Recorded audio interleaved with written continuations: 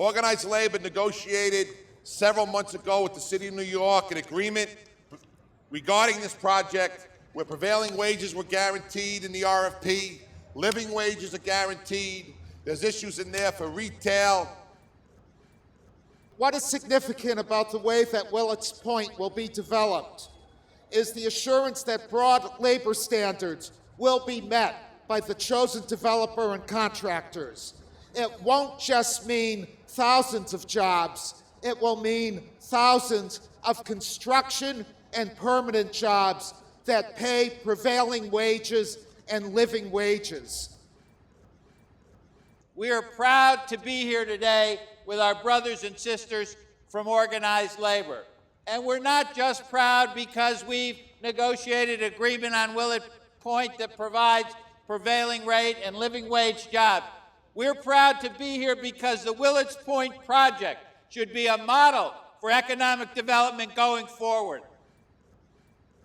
This past summer, the Central Labor Council reached historic agreements with the New York City Economic Development Corporation to secure broad labor standard agreements on the Willets Point project that will require the selected developer and contractors to pay prevailing and living wages.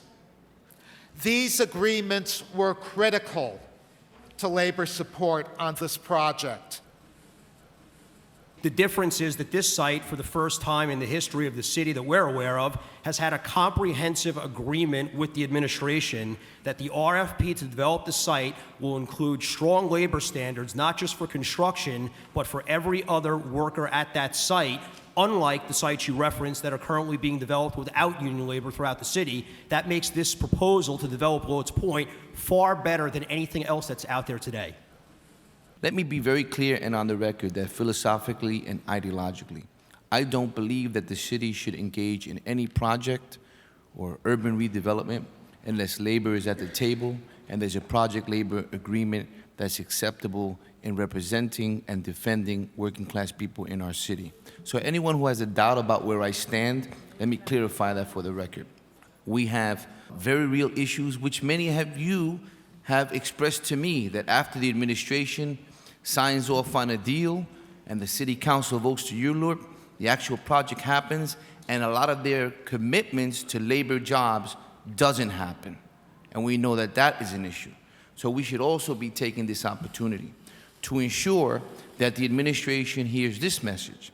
And that is, if at the end of the day, all these other factors are reconciled and resolved, the administration has an obligation to keep their commitment to this council and to labor.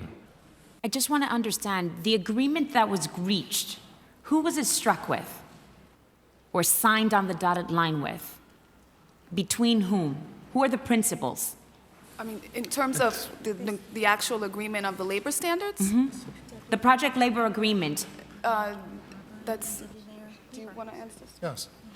The agreement was signed by Gary LaBarbera, the president of the New York City Central Labor Council, and Deputy Mayor Lieber.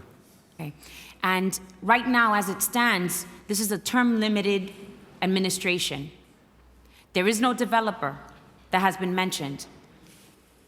Who will honor this particular project labor agreement if term limits is not extended and the administration is not the same? The standards would be included in the request for proposals, and they would therefore be contractually binding, just as any contract that the city enters into lives on beyond the term of any elected official.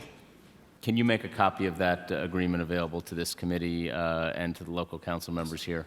Great. Thank you very much. We thank you for your testimony today.